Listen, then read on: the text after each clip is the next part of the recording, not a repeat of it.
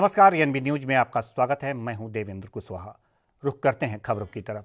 Corona संक्रमण के चलते विदेशों में फंसे भारतीयों की वापसी के लिए गुरुवार से शुरू किए गए वंदे भारत मिशन के तहत संयुक्त अरब अमीरात से 2 मई से पहला विमान 177 भारतीय नागरिकों को लेकर केरल के लिए रवाना हुआ। इन 2 उड़ानों में कुल 354 भारतीय स्वदेश लौटेंगे। इनमें 2 जुड़वा बच्चे और 11 गर्भवती महिलाएं शामिल हैं। दरअसल भारत ने कोरोना वायरस महामारी के चलते लागू अंतर्राष्ट्रीय यात्रा लॉकडाउन के बीच विदेशों से अपने फंसे हुए नागरिकों को वापस लाने के लिए अब तक का सबसे बड़ा अभियान शुरू किया है। इसे वंदे भारत अभियान नाम दिया गया है।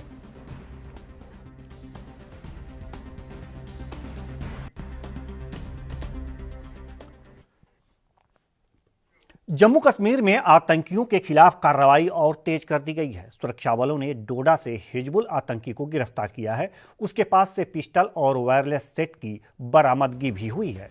बता दें कि बुधवार को पुलवामा के अवंतीपोरा में जबरदस्त मुठभेड़ में सुरक्षा बलों ने हिजबुल के टॉप कमांडर रियाज नाइकू को मार गिराया था। गिरफ्तार आतंकी का नाम रकीब आलम है। इसकी निशानदेही पर गांव सिवा से पिस्टल और वायरलेस सेट की बरामदगी की गई।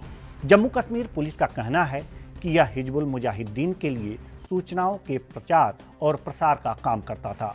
पूछताछ के बाद और जानकारी सामने आएगी।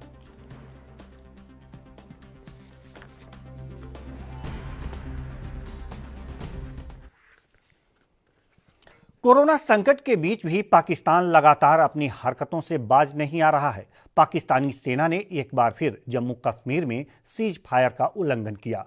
पुंछ जिले के कस्बा किरनी और शाहपुर सेक्टर में भारी गोलाबारी की। साथ ही भारतीय सेना की चौकियों और रिहायशी इलाकों को निशाना बनाकर मोर्टार दागे। पाकिस्तान की तरफ से की गई गोलाबारी में एक ग्रामीण गंभीर रूप से घायल हो गया, जिसे अस्पताल में भर्ती कराया गया। वहीं पाकिस्तान की इस नापाक हरकत का भारतीय सेना ने भी मुंहतोड़ जवाब दिया। सभी परेशान हैं, एक आदमी सीरियस भी है, तो ऐसे घरों के पास पड़ते हैं, नुकसान भी होता है। तो सुबह से लेकर अभी तक ऐसे ही शेलिंग शुरू है,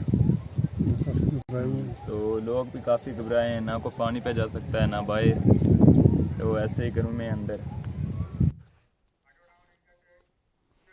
बीते दिनों जम्मू कश्मीर में एक सफल ऑपरेशन के दौरान भारतीय सुरक्षा बलों ने आतंकी संगठन हिजबुल मुजाहिदीन के शीर्ष कमांडर रियाज नाइकू को ढेर कर दिया था, जिसके बाद एक बार फिर सेना ने आतंक की गली आने वाले के बारे में सोच रहे कट्टरपंथियों को एहसास दिला दिया कि दहशतगर्दी फैलाने का क्या अंजाम होता है।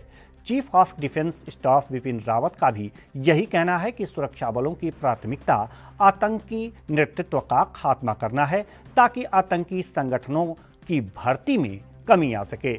सीडीएस बिपिन रावत ने रियाज नाइकू के एनकाउंटर में मारे जाने के बाद मामले पर बोलते हुए कहा कि सशस्त्र बलों की प्राथमिकता आतंकवादी नेतृत्व को बेअसर करना है। इससे आतंकी संगठनों की भर्ती में कमी आती है। वे हीरो नहीं हैं, वे कोई भी नहीं हैं।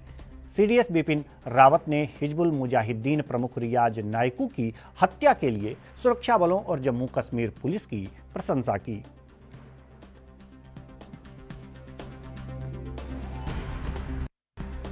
Well, the priority of the armed forces is always to get after the terrorist leadership and utilize them as fast as possible.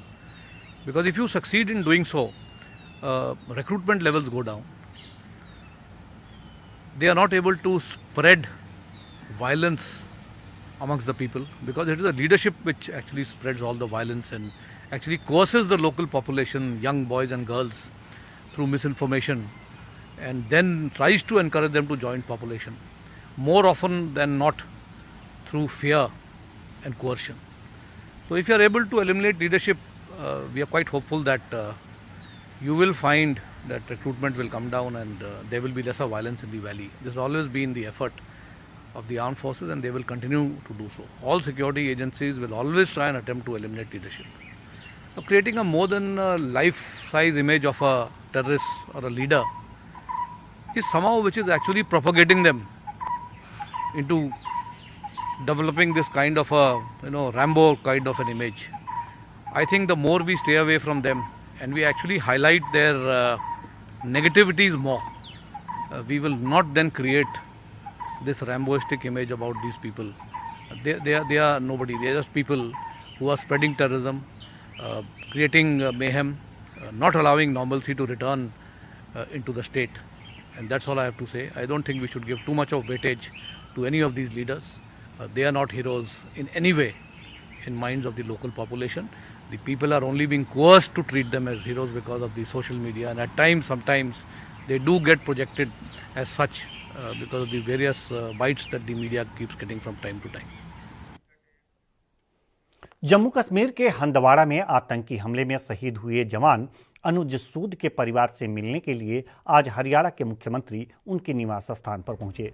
इस अवसर पर हरियाणा विधानसभा के अध्यक्ष ज्ञान चंद गुप्ता, कालका से बीजेपी के पूर्व विधायक लतिका शर्मा और अन्य अधिकारी मौजूद रहे। हरियाणा के मुख्यमंत्री ने शहीद अनुज सूद के परिवार से मुलाकात कर उनकी शहादत पर उन्हें श्रद्धांजलि दी और कहा कि उन्हें गर्व है कि उनके शहीदों की शहादत व्यर्थ नहीं गई। उनकी सेना ने उनका बदला लेते हुए हिजबुल कमांडर को मार गिराया। उन्होंने शहीद अनुज सूद के परिवार को 50 लाख रुपए नगद और एक सदस्य को सरकारी नौकरी देने की घोषणा की।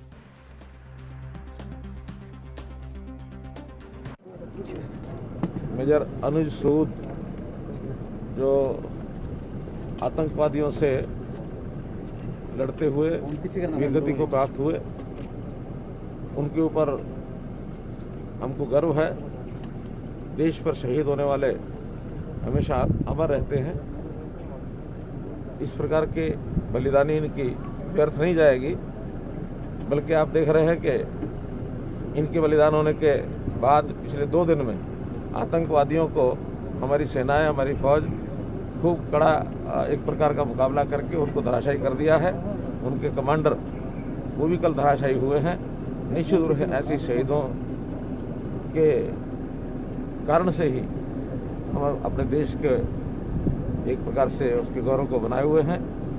मैं उनको अपनी ओर से, हरियाणा सरकार की ओर से श्रद्धांजलि अर्पित करता हूं और परिवार में जो भी एक क्षति आई है इसको पूरा तो नहीं कर सकते, लेकिन परिवार को सहयोग के लिए जो हमारी योजना है उसमें 50 लाख रुपए की नगद राशि और एक नौकरी ये इनको दी जाएगी। आश्वासन के विषय में तो देखिए ऐसा है, हमें क्या बोलते हैं, ऐसा कुछ नहीं चाहिए। और सीएम साहब आए थे और प्रशासन की तरफ से पूरा रिस्पांस है और जो भी वो करेंगे हम उम्मीद करते हैं अच्छा ही करेंगे। आदर्शवादी सीएम साहब हैं आपके, हम आशावादी हैं वो अच्छा ही होगा। पाकिस्तान के कब्जे वाले कश्मीर को लेकर भारत ने एक बार फिर पाकिस्तान से साफ कर दिया है कि यह हिस्सा भारत का अभिन्न अंग है। दरअसल भारतीय मौसम विभाग के प्रादेशिक मौसम विज्ञान केंद्र के पाकिस्तान के कब्जे वाले कश्मीर के क्षेत्रों को भी अब अपने मौसम पूर्वानुमान में शामिल किया है।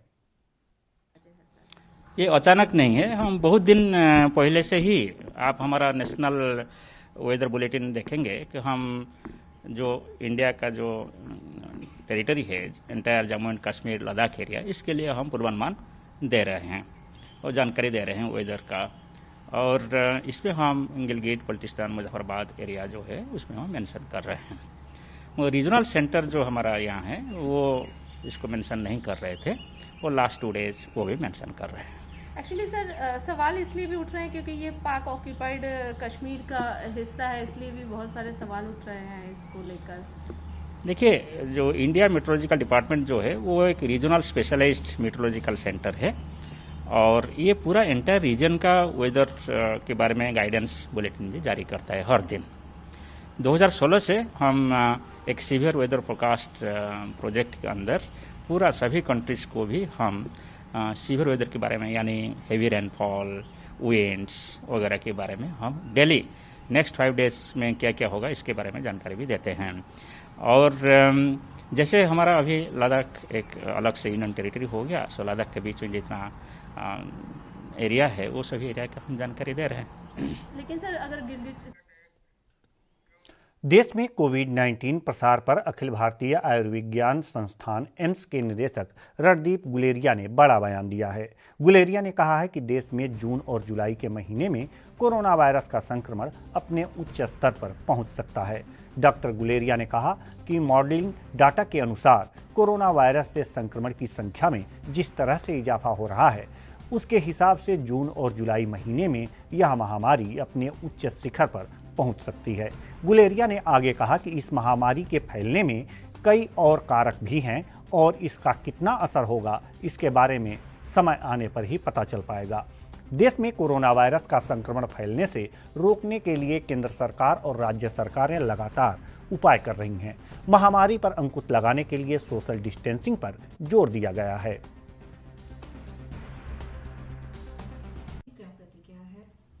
तो अगर हम देखें हमारी जो आज की स्थिति है और 6 हफ्ते या 2 महीने पहले वाली स्थिति, उसके हिसाब से हमारे जो रेट ऑफ राइज है वो इतना ज़्यादा नहीं है as compare to other countries. तो ऑल्दो केसेस बढ़ रहे हैं लेकिन उनकी जो डबलिंग टाइम है वो इतनी ज़्यादा नहीं है। दूसरा जो केसेस बढ़ रहे हैं उसका कारण ये भी है कि हम टेस्टिंग ज़्यादा कर रहे हैं। शुरू में हम दिन में 4-5 हज़ार ही टेस्ट कर रहे थे, अब हम 80-90 हज़ार से ज़्यादा टेस्ट रोज कर रहे हैं। ज़्यादा टेस्ट करेंगे तो केसेस भी ज़्यादा होंगे और अगर हम उनका रेशो देखें तो रेशो बढ़ा नहीं है, उतना ही है जितना पहले था। तो इसलिए पॉजिटिविटी रेट जो है वो उतना ही है। लेकिन ये बात सही है कि केसेस बढ़ रहे हैं और हम चाहेंगे कि केसेस जो है आस्ते आस्ते कम हो, वो अभी नहीं हो रहा है। तो इसके बेसिस पे कई लोगों ने मॉडलिंग डेटा भी किया है। Not the best expert but national और इंटरनेशनल ग्रुप्स ने मॉडलिंग डेटा किया है।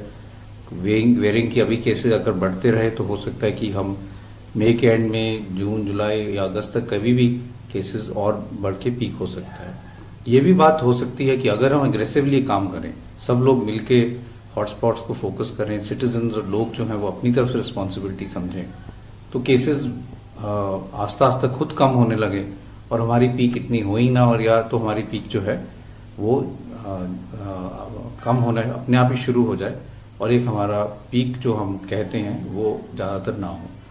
इसके लिए सब लोगों की भागीदारी बहुत ज़रूरी है, क्योंकि ये जो चेन ऑफ स्प्रेड है ये तभी रुक सकती है कि जैसे जैसे लॉकडाउन उठेगा तो हम सब लोग अपनी रिस्पॉन्सिबिलिटी समझ के उसके साथ जो हमें फ्रीडम मिली है एक तरह से डे टू डे वर्क के लिए, डेली वेजर्स के लिए, उसके साथ वो अपनी रिस्पॉन्सिबिलिटी समझें, चाहे वो सोशल डिस्टेंसिंग की हो, चाहे वो हैंड वॉशिंग की हो, जिससे इन्फेक्शन आगे ना फैले। तो ये बहुत ज़रूरी है समझना कि जैसे जैसे हम आगे बढ़ते हैं और लॉकडाउन उठता है तो हम एज सिटीजन, जो हम देश के नागरिक हैं, वो अपनी रिस्पॉन्सिबिलिटी समझें। अगर ये सब कुछ हम कर पाएंगे तो ये भी हो सकता है कि पीक जो है वो आए ना और आस्ता आस्ता केसेस कम हो जाए। लेकिन अगर ये हम नहीं करेंगे तो फिर केसेस बढ़ते जाएंगे और फिर हमारा जो है एकदम हेल्थ इंफ्रास्ट्रक्चर पे बहुत ज़्यादा स्ट्रेन पड़ेगा। सर हमें क्या उत्तर प्रदेश के प्रधान सचिव स्वास्थ्य अमित मोहन प्रसाद ने प्रदेश में कोरोना की स्थिति को लेकर जानकारी दी। साथ ही उन्होंने कहा कि इस संक्रमण से घबराने की जरूरत नहीं है। के माध्यम से बार बार अनुरोध करता हूं कि इस संक्रमण से हमें घबराने की जरूरत नहीं है। सावधान रह करके हमें अपना इससे बचाव करना है। और मैं ये भी आपके माध्यम से कहना चाहता हूं कि कोविड के साथ साथ अब ऐसा समय आ रहा है जब और भी बीमारियां आती हैं, संक्रामक बीमारियां दूसरी भी आती हैं।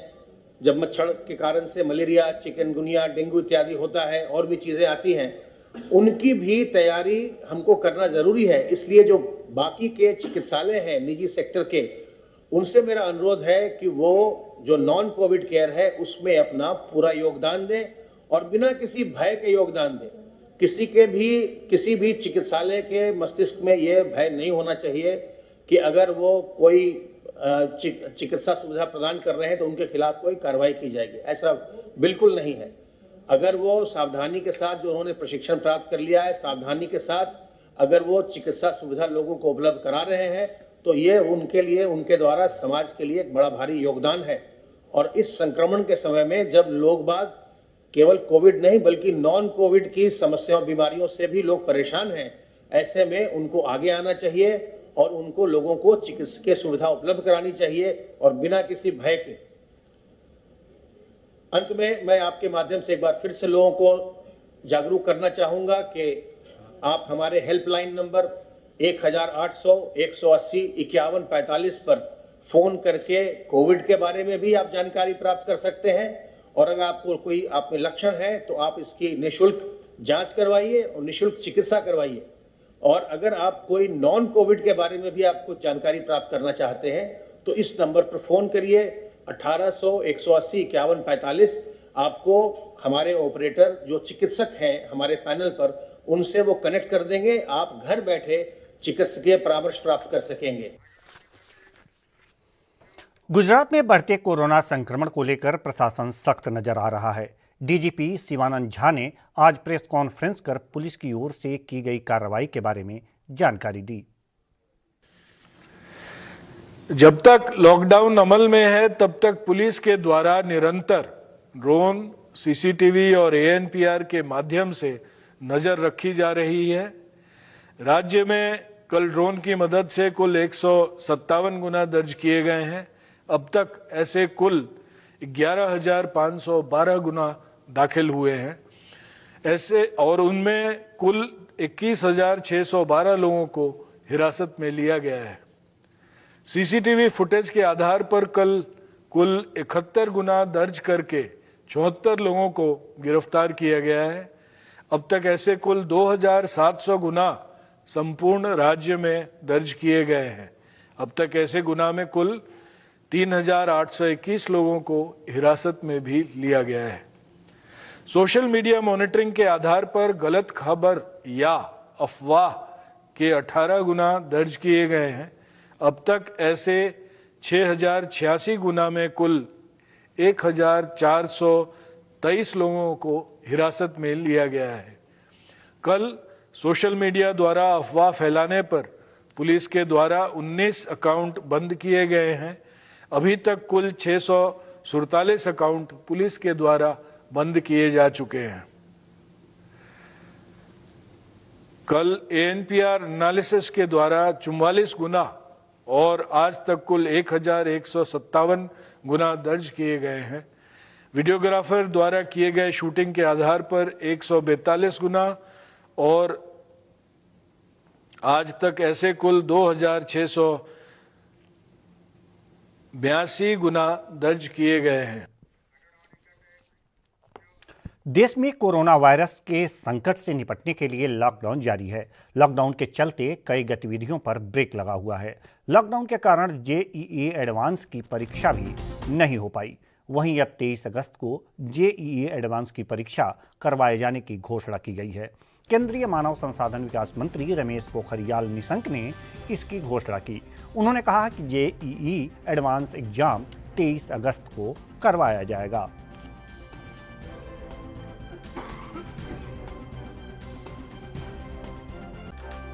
तो आपको पता है कि इन दोनों परीक्षाओं की तिथियां तो घोषित हो गई।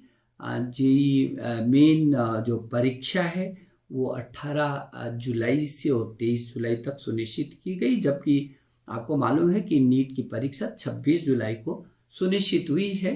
तो आपका फिर एक और आग्रह था कि और विद्यार्थियों का जो जेईई एडवांस की तैयारी कर रहे होंगे कि यदि उसकी तिथि भी घोषित होती तो बहुत अच्छा होता।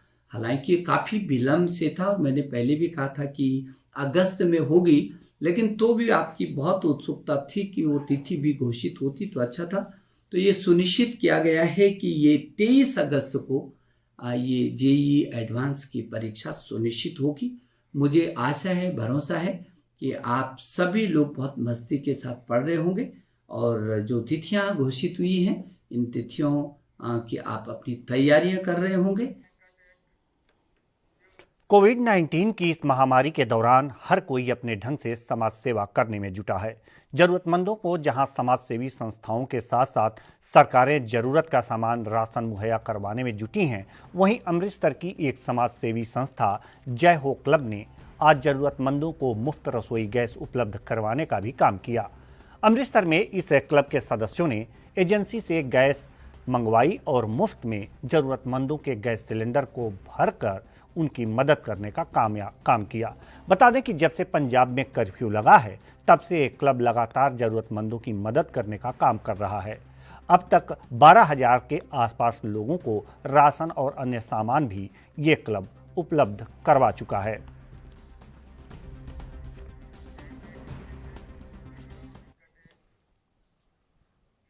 पंजाब में कोरोना मरीजों के बढ़ते मामले को लेकर एक और जहां हरियाणा पुलिस सतर्क नजर आ रही है, तो वहीं बॉर्डर इलाकों पर पंजाब पुलिस भी पूरी तरह से मुस्तैद है। डिंग क्षेत्र के गांव नरेल खेड़ा में हरियाणा और पंजाब की सीमा पर एक तरफ हरियाणा पुलिस के जवान तो दूसरी तरफ पंजाब पुलिस के जवान 24 घंटे ड्यूटी पर सतर्क हैं और हरियाणा और पंजाब में एंट्री करने वाले लोगों की गहनता से चेकिंग की जा रही है और बिना अनुमति पास के किसी को भी एंट्री नहीं दी जा रही है। बॉर्डर नाके पर हरियाणा पुलिस के जवान जतिंदर पाल सिंह ने बताया कि डिंग क्षेत्र में यह पंजाब बॉर्डर पर लगाया गया नाका है। यहां पर पूरी तरह से सख्ताई की हुई है। सिर्फ किसानों की ही अपने खेतों पर काम के लिए जाने दिया जा रहा है और आम आदमी के लिए यह रास्ता पूरी तरह से बंद है। सुरक्षा के लिहाज से यहां पर किसी को भी बॉर्डर क्रॉस करने नहीं दिया जा रहा।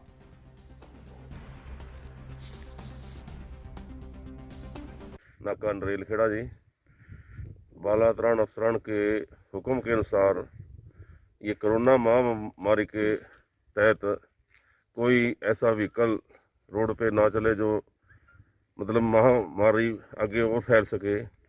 पंजाब के हालात ज़्यादा बिगड़ने के कारण नाके को टाइट किया गया है।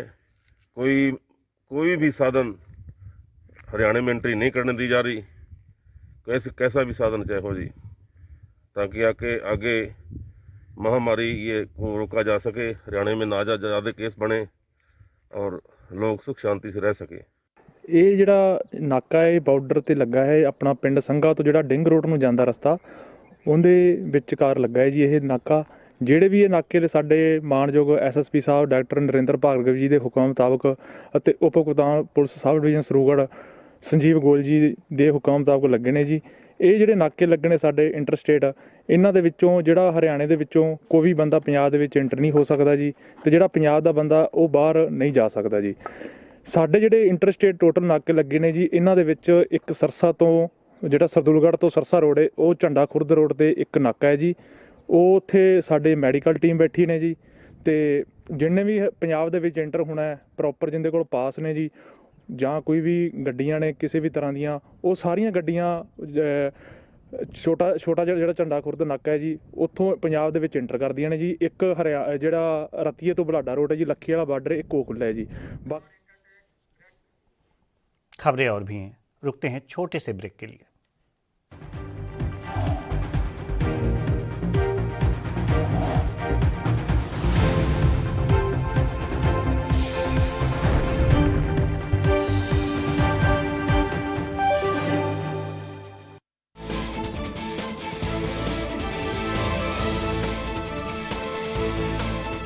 ਸਿਆਸੀ ਲੋਕ ਕਿੰਨੇ ਕੁ ਨੇ ਵਫਾ, ਇਹਨਾਂ ਦੇ ਦਾਅਵਿਆਂ ਅਤੇ ਵਾਅਦਿਆਂ ਦੇ ਵਿੱਚ ਕਿੰਨੀ ਕੁ ਹੈ ਸੱਚਾਈ। ਇਹਨਾਂ ਸਵਾਲਾਂ ਦੇ ਜਵਾਬ ਲੱਭਣ ਦੇ ਲਈ ਦੇਖੋ ਜਗਤਾਰ ਦਾ ਵਾਰ ਹਰ ਐਤਵਾਰ ਸ਼ਾਮੀ 7 ਵਜੇ ਸਿਰਫ ANB ਨਿਊਜ਼ ਤੇ।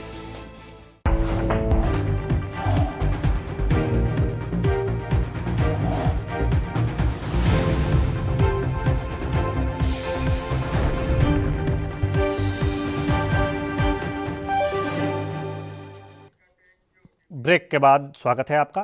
बढ़ते हैं अगली खबर की ओर। दिल्ली सरकार ने राष्ट्रीय राजधानी में शराब की बिक्री के लिए एक ई-टोकन सिस्टम लॉन्च किया है। यह निर्णय शराब की दुकानों पर भीड़ को देखते हुए लिया गया है ताकि सोशल डिस्टेंसिंग को मेंटेन रखा जा सके। गौरतलब है कि दिल्ली में शराब के लिए लंबी कतारें दिन बीतने के साथ ही बढ़ती जा रही हैं। दिल्ली सरकार ने दुकानों से शराब खरीदने के लिए लोगों के लिए ई-टोकन प्रणाली शुरू की है। www.token.in को लोगों के लिए ऑनलाइन समय निकालने और आवंटित समय अवधि के बीच दुकान पर जाने के लिए लॉन्च किया गया है। एक बार जब वे अपने क्रेडेंशियल के साथ आवेदन करते हैं तो उनके फ़ोन पर एक ई-टोकन भेजा जाएगा जिसमें वे शराब खरीद सकते हैं।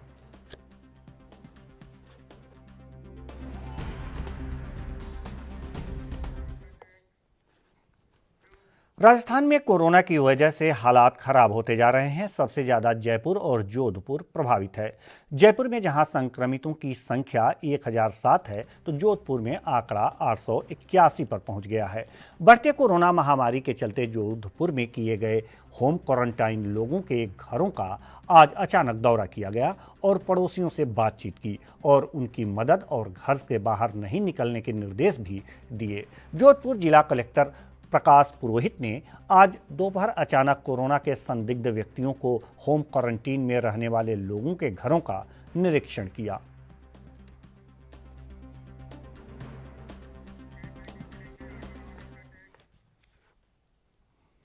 राजस्थान के जोधपुर शहर में कोरोना वायरस का संक्रमण तेजी से फैल रहा है।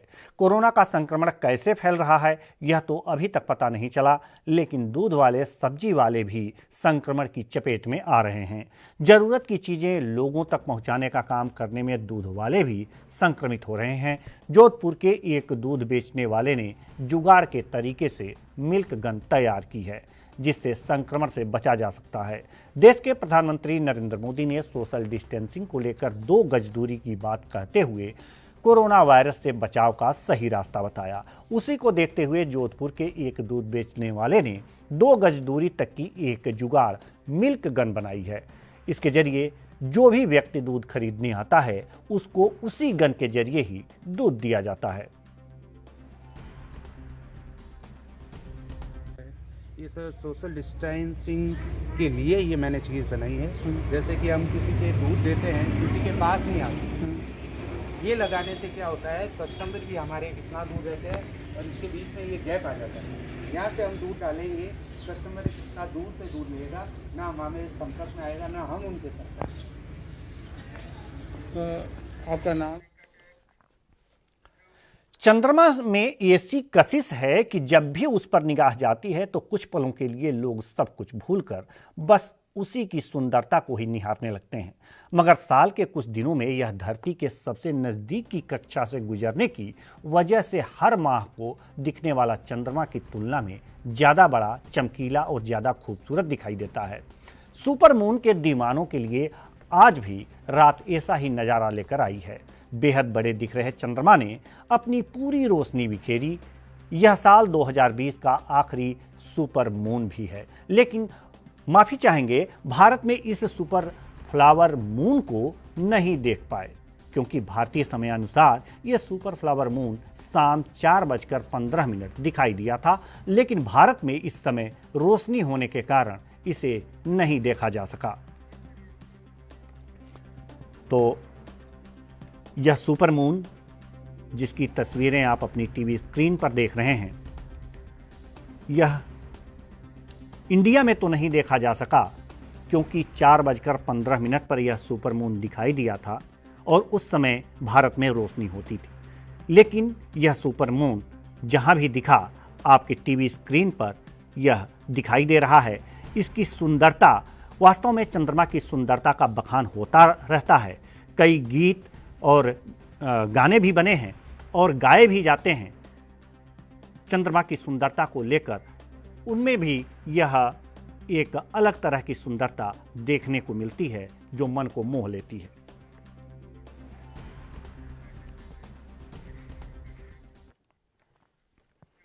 लॉकडाउन के चलते पिछले कई दिनों से गुजरात के जामनगर में फंसे प्रवासी मजदूर अब आखिरकार अपने घर रवाना हो गए हैं। उन्हें स्पेशल ट्रेन से जामनगर से उत्तर प्रदेश भेजा गया है। ये रिपोर्ट देखिए।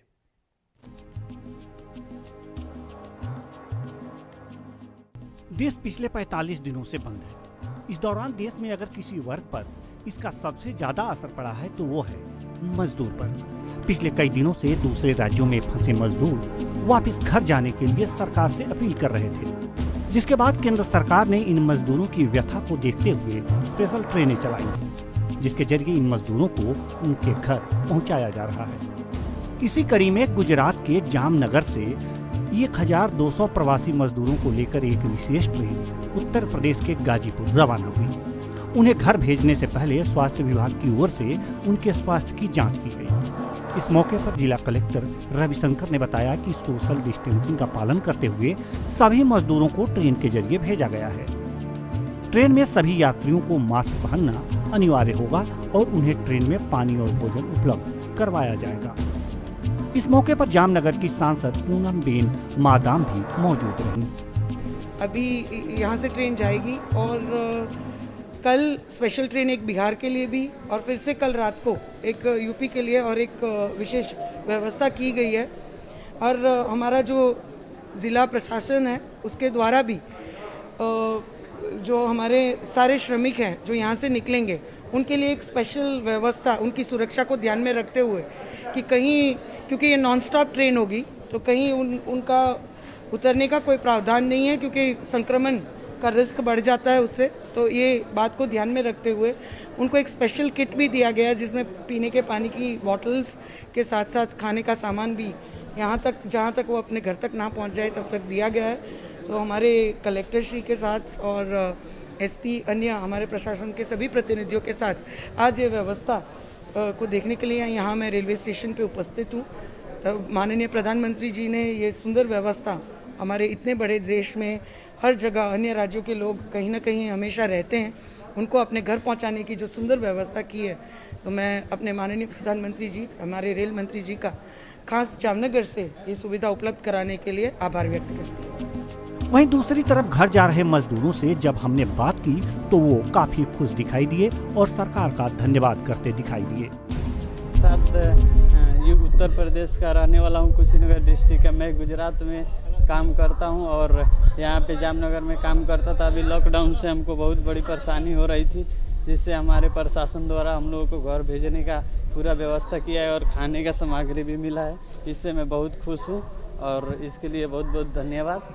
और टिकट फी भी 725 रुपया लगा है हमारे प्रशासन के द्वारा। उसके बाद मैं 1 साल से यहाँ पे हूँ। फिर लॉकडाउन हुआ तो जॉब फैक्ट्री सब बंद हो गई, फिर हम लोग को खाने की दिक्कत, हर चीज़ का दिक्कत होने लगा। फिर कंपनी भी देती थी तो कुछ समय ले कर देती थी, जैसे 1 हफ्ते में देती थी पैसा खर्चा के लिए, तो भी 14 दिन के बाद देती थी, कभी 1 महीना हो जाता था, दिक्कत बढ़ गया था।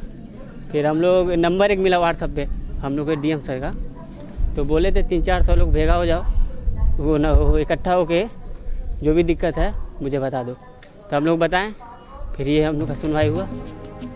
गौरतलब है कि प्रवासी मजदूर लॉकडाउन के बाद से ही अपने घरों से दूर दूसरे राज्यों में फंसे हुए थे और पैदल यात्रा कर सैकड़ों मील की दूरी तय कर रहे थे। इसके बाद केंद्र सरकार ने अहम फैसला लेते हुए इन मजदूरों को वापस भेजने के लिए ट्रेनें और बसें चलाई। जामनगर से शैलेश बघेला की रिपोर्ट, एएनबी न्यूज।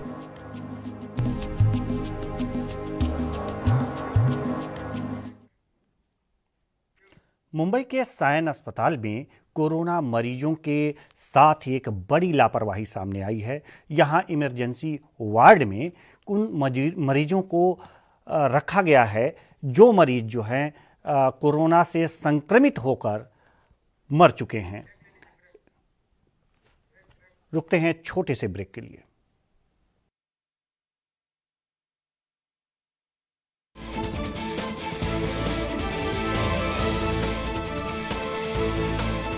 ਸਿਆਸੀ ਲੋਕ ਕਿੰਨੇ ਕੁ ਨੇ ਵਫਾ, ਇਹਨਾਂ ਦੇ ਦਾਅਵਿਆਂ ਅਤੇ ਵਾਅਦਿਆਂ ਦੇ ਵਿੱਚ ਕਿੰਨੀ ਕੁ ਹੈ ਸੱਚਾਈ। ਇਹਨਾਂ ਸਵਾਲਾਂ ਦੇ ਜਵਾਬ ਲੱਭਣ ਦੇ ਲਈ ਦੇਖੋ ਜਗਤਾਰ ਦਾ ਵਾਰ ਹਰ ਐਤਵਾਰ ਸ਼ਾਮੀ 7 ਵਜੇ ਸਿਰਫ ANB ਨਿਊਜ਼ ਤੇ।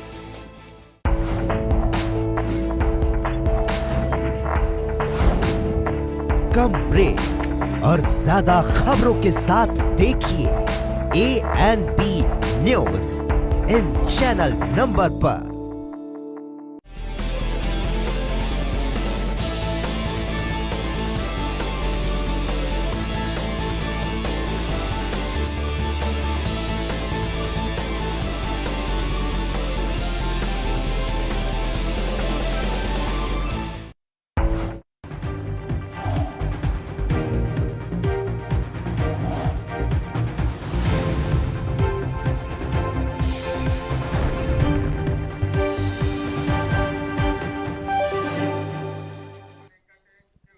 ब्रेक के बाद स्वागत है आपका। बढ़ते हैं अगली खबर की ओर। कर्नाटक में लॉकडाउन में शराब की दुकान खोलने को लेकर महिलाओं ने विरोध प्रदर्शन किया है। महिलाओं ने शराब की दुकानें खुलने से गरीब परिवारों की आर्थिक स्थिति खराब होने और क्षेत्र में माहौल बिगड़ने की आशंका जताते हुए हालात सामान्य होने पर ही शराब की दुकानें खोलने की मांग की।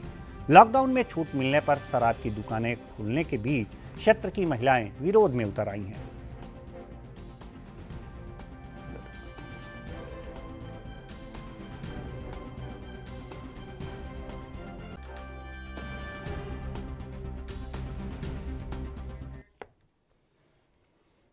लॉकडाउन में सबसे ज्यादा परेशानी कोई झेल रहा है तो वो प्रवासी मजदूर हैं। उनके घर जाने की व्यवस्था सरकारें कर रही हैं, उसके लिए स्पेशल ट्रेनें चलाई जा रही हैं, लेकिन कई राज्यों में उनके सब्र का बांध टूटता जा रहा है और उनकी नाराजगी सड़कों पर दिख रही है। महाराष्ट्र के नागपुर पहुंचे प्रवासी मजदूर घर जाने की जिद में सड़क पर उतर आए। फिर जो सामाजिक दूरी और लॉकडाउन की धज्जियां उड़ी वो घातक साबित हो सकती हैं।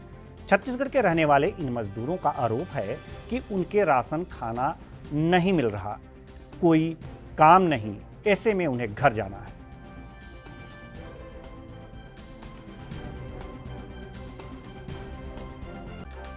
हमने संपर्क किया, हमने पास बनवाया, हमने उधर पुलिस स्टेशन गया, उधर जाके उधर पुलिस वाले बोल दिया कि इधर का जो सीएम है वो मतलब पास नहीं हो रहा, कि छत्तीसगढ़ का पास नहीं ले रहा, ऐसा बोल दिया। तो हमको रिजेक्ट करवा दिया। ये हमारे पास पास भी बना हुआ पड़ा हुआ है, railway government of Telangana movement of pass the railway station लिखा हुआ है, फिर भी हमको ऐसा पास नहीं दिया। हम लोग को पैदल आना पड़ रहा। 2 महीने से हम लोग लॉकडाउन में थे, हमको गवर्नमेंट की तरफ से कुछ नहीं मिला। आधार कार्ड हमारा जमा किया, पासबुक जमा किया, 1 रुपया पैसा नहीं दिया, 1 किलो चावल भी नहीं दिया। हम लोग खाली भूखे थे। हमारा कॉन्ट्रैक्टर ही हमें 2 महीने से खिलाया, फिर उन्होंने हमको कुछ पैसा देके हमको भेज दिया इधर। हमारे निकलना पड़ा वहाँ से। हमारे पास खाने का चीज़ नहीं, पैसा नहीं, कुछ नहीं। हम कैसे करते सर? हम गरीब आदमी कहाँ जाए, कहाँ बैठ के क्या करें? छोटा छोटा बच्चा है हमारे पास, लेडीज है अभी 8 महीने का प्रेग्नेंट है, उधर क्या कौन देखता है? हमारे पास लेडीज है, उसको भी लेके जा रहे हैं ऊपर। मुझे बताइए आपको कहाँ जाना है और किस तरीके से आप अभी जा रहे हैं? हम उधर से कहीं पैदल चलते हैं, कहीं गाड़ी में चलते हैं। हम लोग को जाना है छत्तीसगढ़, बिलासपुर जाना है। बिलासपुर से वहाँ से भी 30 किलोमीटर गांव एरिया और जाना पड़ेगा। वहाँ से क्या भी होता है, अभी तो नागपुर तक पहुँच गए हैं, अब आगे कहाँ जाना है क्या पता, कैसे जाएंगे। अभी थोड़ा थोड़ा जाके थोड़ा लिफ्ट ले लेके जा रहे हैं। हरियाणा के पलवल में आयुष मंत्रालय भारत सरकार के दिशा निर्देश पर कोविड-19 वैश्विक महामारी से बचाव के लिए शरीर में रोग प्रतिरोधक क्षमता विकसित करने आयुष विभाग की ओर से समवटी की गोलियों और अणु तेल निःशुल्क वितरित की जा रही है। आयुष विभाग कोविड-19 के संकट काल में घर से बाहर निकलकर योद्धाओं की तरह काम कर रहे पुलिस विभाग, नगर परिषद व पंचायत विभाग के अधिकारियों व कर्मचारियों को रोग प्रतिरोधक क्षमता बढ़ाने वाली आयुर्वेदिक दवा की किट मुहैया करवा रहा है। आयुर्वेदिक चिकित्सा अधिकारी डॉक्टर राजेश बंसल ने बताया कि पलवल जिला में उपायुक्त नरेश नरवाल के मार्गदर्शन में प्रतिरोधक क्षमता बढ़ाने वाली दवाओं का वितरण किया जा रहा है। आयुर्वेदिक चिकित्सा पद्धति सदियों पुरानी प्रामाणिक चिकित्सा पद्धति है। इसे अपनाकर हम अपने शरीर के रोग प्रतिरोधक क्षमता का बढ़ा सकते हैं। हमारे पास डीजी आयुष हरियाणा के आदेश के जो प्राप्त हुए उनके अनुसार हम ये कोविड-19 में आयुर्वेदिक दवाइयाँ डिस्ट्रीब्यूट कर रहे हैं, जिसके अंदर हमारी मुख्य रूप से गुर्ची घनवटी और अणु तेल को डिस्ट्रीब्यूट किया जा रहा है।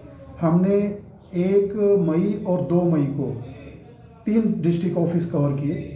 एक तो एसपी ऑफिस के कर्मचारियों को हमने सारे स्टाफ को दवाइयाँ बांट के आए, वहीं पर गए, डॉक्टरों की आयुर्वेदिक डॉक्टर हमारे गए, मैं स्वयं भी गया था, तो उनको सबको डिस्ट्रीब्यूट करके आए। और डीडीपीओ ऑफिस में डिस्ट्रीब्यूट की गई हैं और म्यूनिसिपल कमेटी में काउंसिल में वहाँ के कर्मचारियों को। हमारी जो आयुर्वेदिक दवाइयाँ हैं इनका प्रोफाइलेक्टिक पर्पज़ होता है। किसी भी रोगी की हम चिकित्सा करते हैं, रोग की चिकित्सा करते हैं, तो उसके 2 प्रकार से चिकित्सा होती है, एक प्रोफाइलेक्टिक और एक क्यूरेटिव। प्रोफाइलेक्टिक का मतलब ये होता है कि जब डिजीज़ बॉडी के अंदर एंटर करता है उससे पहले का बचाव के लिए, उसके बचाव करने के लिए शरीर के अंदर रोग प्रतिरोधक शक्ति क्षमता, जिसको हम इम्यूनिटी पावर कहते हैं, बॉडी के अंदर इम्यूनिटी पावर को इंक्रीज करना। जो हमारी आयुर्वेदिक दवाइयाँ हैं, ये गुर्ची घनवटी और अणु तेल, ये बॉडी के अंदर इम्यूनिटी पावर को बूस्ट करती है।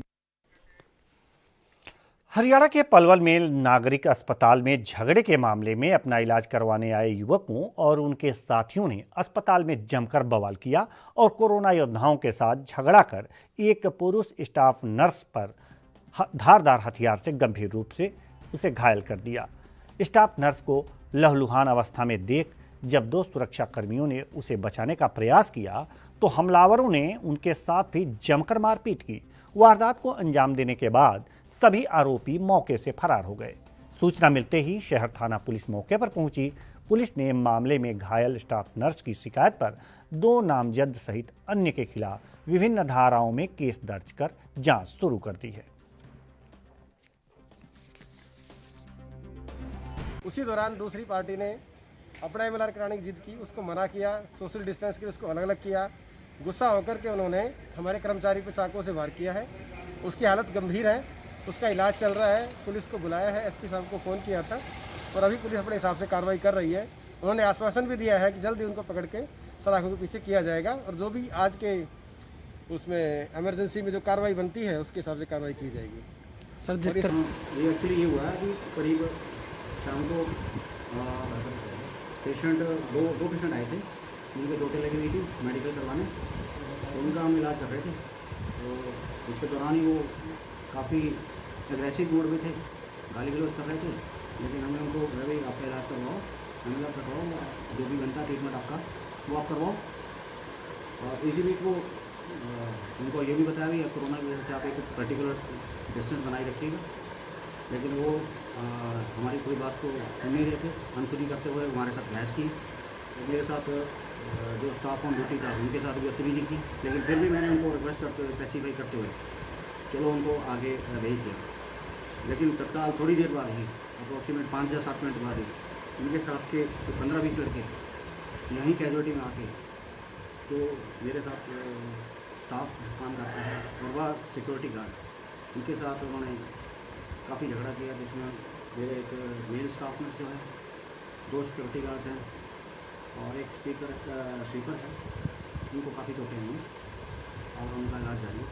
और इस तरह मैंने पुलिस को भी कॉल जी, कल रात को सूचना मिली थी कि हॉस्पिटल में जो स्टाफ नर्स है मेल, उनके साथ झगड़ा हो गया। तो मैं वो मौके पर पहुंचा, तो जाके मैंने पता जुड़ी गई तो एक अपना कैंप थाने के एरिया में गांव है कुचलीपुर गांव है। उस कुचलीपुर गांव में 2 गुटों में आपसी झगड़ा हुआ। जिसको चोट लगी थी वो पहले यहाँ आके अपना फर्स्ट एड कराने लगे थे, तो दूसरे प्रतिद्वंदी थे, उन्होंने आकर यहाँ हंगामा कर दिया। और जो हमारे मेल स्टाफ नर्स हैं, उन्होंने उनको कहा कि भाई ये महामारी फैली हुई है, तो आप यहाँ अंदर ना प्रवेश करें, आप बाहर चले जाइए, आपको कोई काम है तो या आपको फर्स्ट एड करानी है तो कुछ समय बाद आ जाइए। इस बात को लेके वो लोग आक्रोशित हो गए और आक्रोशित होने से पहले तो जो हमारा मेल नर्स है उसके मुंह पे पंच मारा और दूसरे ने उसके चाकू से वार किया। सर मैं ट्रीटमेंट कर रहा था पेशेंट का, तो मेरे को फ़ोन वगैरह आ गया था। मैं साइड में बात करने के लिए गया, तो उनमें से नहीं पता कितने लोग आए, मैं साइड में जैसे बात कर रहा था तो उन्होंने मेरे ऊपर हमला बोल दिया। पता लग पाया क्या क्या चीज़ से आपके ऊपर हमला किया था? हैं? क्या क्या चीज़ थी जिससे वो? सर ये पता नहीं किस बात के ऊपर किया, तो नहीं किस चीज़ से आपके ऊपर हमला किया था? उनके पास सर धारदार हथियार थे। हरियाणा के सोनीपत में शराब के गोदाम से शराब गायब होने के बाद हरियाणा एक्साइज विभाग हरकत में आ गया, जिसके तहत आज अंबाला में स्थित शराब के गोदामों का औचक निरीक्षण किया गया। एक्साइज विभाग के साथ साथ पुलिस और अन्य टीमें शराब के गोदामों का निरीक्षण करने पहुंची और गोदाम में रखी शराब के स्टॉक को जांचा। सोनीपत के एक गोदाम से शराब गायब होने के मामले के बाद सरकार ने सख्ती बढ़ा दी। ऐसे में प्रदेश के अन्य जिलों में शराब की कालाबाजारी न हुई हो, इसकी जांच के लिए एक्साइज विभाग ने कमर कस ली है। इसी कड़ी में आज एक्साइज विभाग ने DRO और पुलिस की मौजूदगी में अंबाला में स्थित शराब की दुकानों का औचक निरीक्षण किया। शराब के गोदामों में शराब का स्टॉक चेक करने पहुंची टीमों ने गहनता से शराब की एक एक पेटी का गिनती की। हालांकि इन गोदामों को पहले से ही सील किया था, लेकिन सोनीपत के मामले के बाद आज एक्साइज विभाग ने गोदाम की सील खोलकर गोदामों में रखी शराब का स्टॉक चेक किया।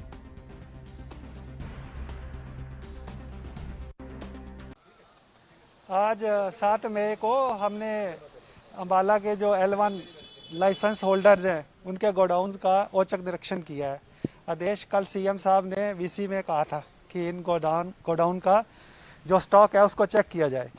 तो अभी तक हमने 2 गोडाउन L1 वाले चेक किए हैं अम्बाला में। तो जो इनके पास स्टॉक था और जो सीलिंग के टाइम में स्टॉक था लगभग मिल रहा है। हमें अभी तक कोई इरेगुलरिटी नहीं मिली है। अभी 1-2 और बाकी हैं, वो भी चेक कर रहे हैं। बाकी सारा डिटेल में जाने के बाद पता चलेगा। फिलहाल ना तो कोई सील टूटी हुई मिली, ठीक मिले गोदाम, इंटैक्ट मिले अपनी जगह। कल सीएम साहब के आदेश हुए थे, उसको देखते हुए आज सारे गोडाउन्स पे सरप्राइज चेकिंग की जा रही है, जिसमें अपना डीसी अम्बाला के नॉमिनी है, अपना डीएसपी साहब की तरफ से एसएचओ कंसर्न आए हुए हैं और एक्साइज विभाग की टीम है। और अभी तक हम 2 L1 अपने चेक कर चुके हैं, सन्नी वाइन का और शौकीन का, जिनमें जो स्टॉक है वो पिछला जो स्टॉक हमने लिया होता है at the time of ceiling उससे ऑलमोस्ट बराबर ही है। कोई 19-21 होगा तो अभी रिपोर्ट फाइनल की जा रही है, तो जो भी रिपोर्ट होगी डीसी साहब को भिजवा दी जाएगी। अब हम तीसरा L1 विनोद कुमार का है, फौजी ढाबे विलेजर ढाबे के पास अब शाहपुर में, उसको अब चेक करेंगे। तो ये कंप्लीट रिपोर्ट तीनों की कंपाइल करके डीसी साहब के सम्मुख पेश कर दी जाएगी। जो भी कार्रवाई, जो भी दिशा निर्देश होंगे उनके, वो आगे फॉलो किए जाएंगे। लंबे समय से अपने के लिए तरस रहे प्रवासी मजदूर अब अपनों के बीच होंगे। दरअसल प्रवासी मजदूरों को उनके गृह राज्य भेजने का सिलसिला जारी है। इसी कड़ी में झज्जर से करीब 200 प्रवासी मजदूरों को उनके गृह राज्य में भेजा गया, जिसके चलते जिले से करीब 1 दर्जन बसों में सोशल डिस्टेंसिंग को ध्यान में रखते हुए हिसार भेजा गया और हिसार से ट्रेन से उनको उनके गृह राज्य के लिए रवाना किया गया।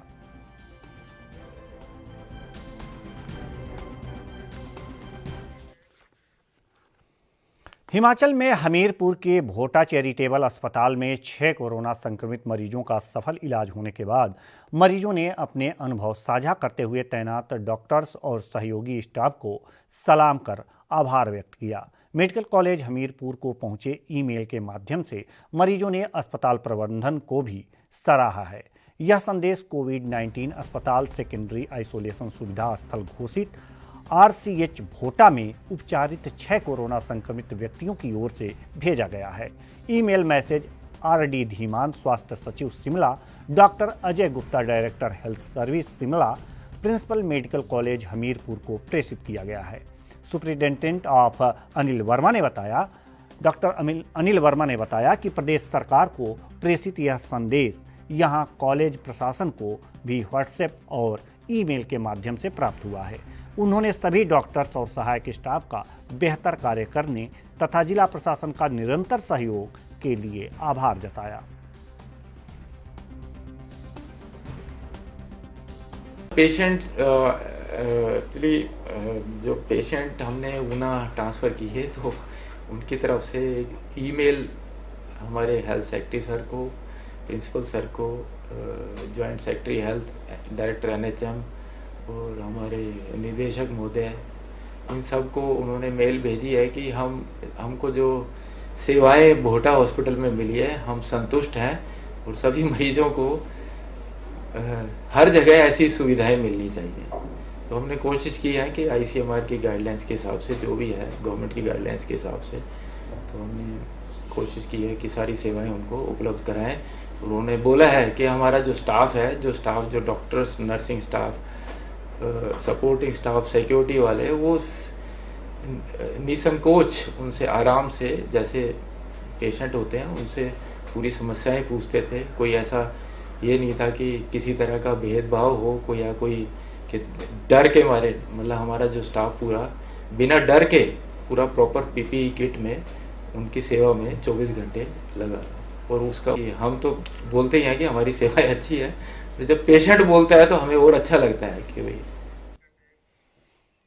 कोरोना वायरस के चलते हुए कर्फ्यू के कारण आम जन को परेशानियों का सामना करना पड़ रहा है। वहीं दूसरी ओर व्यापारियों, टैक्सी चालकों, ऑटो चालकों को भी भारी नुकसान उठाना पड़ रहा है। हिमाचल के जिला कुल्लू के ऑटो चालकों जो ऑटो चलाकर अपना परिवार का पालन कर रहे थे, लेकिन कर्फ्यू के चलते अब 2 महीने पूरे होने को हैं और ऑटो चालक घर पर ही हैं। सरकार की ओर से भी ऑटो चालकों को कोई छूट और राहत नहीं दी गई है। ऐसे में गत दिनों ऑटो चालकों का एक प्रतिनिधिमंडल डीसी कुल्लू ऋचा वर्मा से मिला और ऑटो चालकों को ऑटो चलाने की मंजूरी देने की गुहार लगाई, ताकि एक ओर जहां आम जन को सुविधा मिले और ऑटो चालकों को भी कुछ राहत मिले। ऑटो चालकों ने प्रदेश सरकार से मांग की है कि सभी ऑटो चालकों को सिर्फ एक सवारी बैठाकर चलने की अनुमति दी जाए, या तो सरकार की ओर से सभी ऑटो चालकों को 3,000 से 5,000 रुपए तक की आर्थिक मदद की जाए। ये जो लॉकडाउन हुआ है आजकल, इसके चलते हुए हमारे सभी ऑटो चालक जो है हिमाचल के 4,000 के करीब जो है वो बेरोजगार हो गए। रोजगार होते हुए भी, जैसे हमारे कई ऑटो चालक हैं जिन्होंने बैंक से लोन लेके ऑटो लिए, उनकी इंस्टॉलमेंट देनी है। कुछ जैसे घरों के कई खर्चे होते हैं, जैसे घरों का EMI हो गई, कुछ पर्सनल लोन लिए हुए हैं, पढ़ाई के खर्चे, बच्चों की फीस वगैरह, एडमिशन वगैरह, और जो भी मतलब हॉस्पिटल्स के खर्चे हैं सारे हमें इसी से निकालने पड़ते हैं। हम सरकार से कि वो आग्रह करते हैं कि हमें जो है मतलब चलने की अनुमति दी जाए शहर के बीच में, जिस तरह से टैक्सी चल रही है, चाहे एक ही सवारी दे के अनुमति दी जाए। अगर ऐसा नहीं हो सकता है तो हमारे सभी ऑटो चालकों को 3,000 से लेकर 5,000 रुपये तक की आर्थिक मदद दी जाए, ताकि हम अपने परिवार का पालन पोषण कर सकें। हिमाचल के कैबिनेट मंत्री सुरेश भारद्वाज ने पूर्व मुख्यमंत्री वीरभद्र सिंह के निवास होली लॉज के साथ लगे सर्वेंट क्वार्टर में लगी आग में प्रभावित परिवारों का हालचाल जाना। उन्होंने पूर्व मुख्यमंत्री का भी कुशलक्षेम पूछा तथा उनके स्वास्थ्य की जानकारी ली। सुरेश भारद्वाज ने प्रभावित परिवारों को हर संभव सहायता उपलब्ध करवाने का अधिकारियों को आदेश दिया।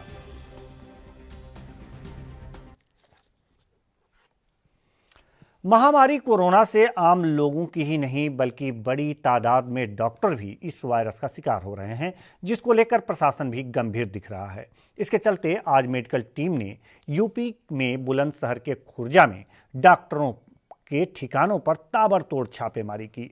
इस छापामार कार्रवाई में कई फर्जी डॉक्टर पाए गए तो कई डॉक्टरों की ओर से मानकों का पालन नहीं किया जा रहा था।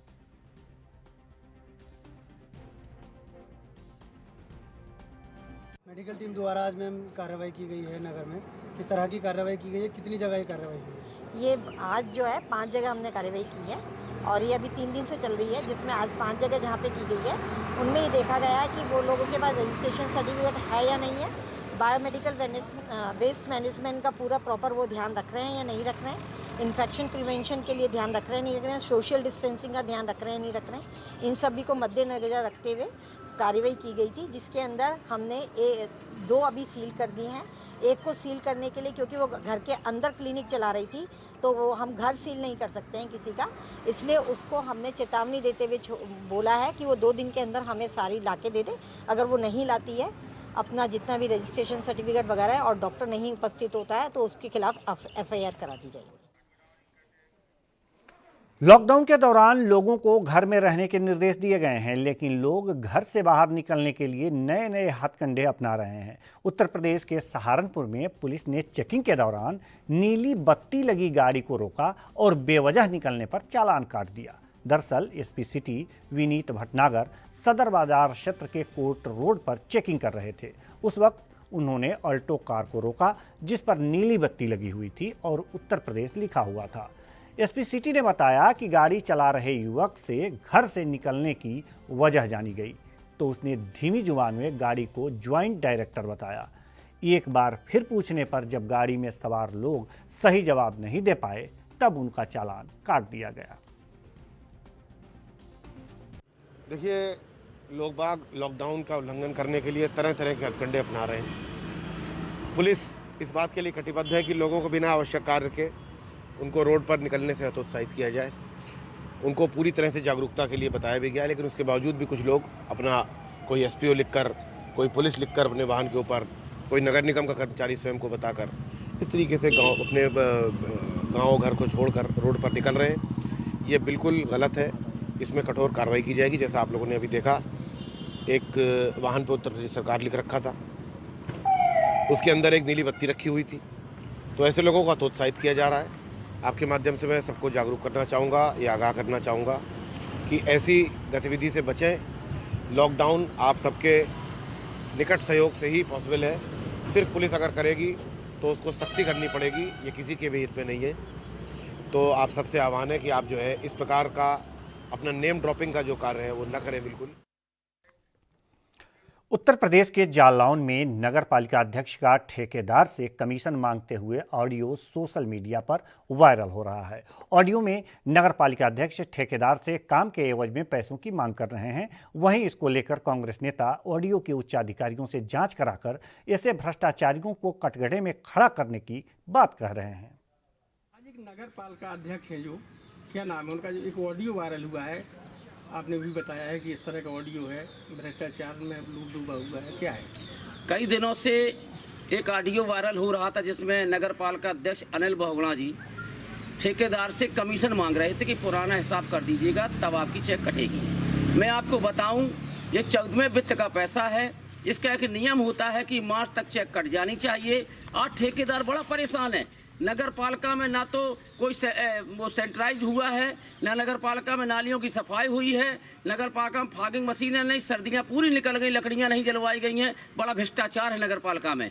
और यहाँ का चेयरमैन जब निर्दलीय चुनाव जीता था तो जनता ने ये कह के जिता दिया चलो भाई किसी दल का नहीं, निर्दलीय है। लेकिन इसके बाद ये भारतीय जनता पार्टी में शामिल हो गया और एक तरफ इसके रहनुमा भारतीय जनता पार्टी के जो नरेंद्र मोदी है प्रधानमंत्री, वो कहते हैं भ्रष्टाचार मुक्त देश होना चाहिए, और वही की नगर पालिका का अध्यक्ष अनिल बहुगुणा कहते हैं भ्रष्टाचार युक्त नगर पालिका होनी चाहिए।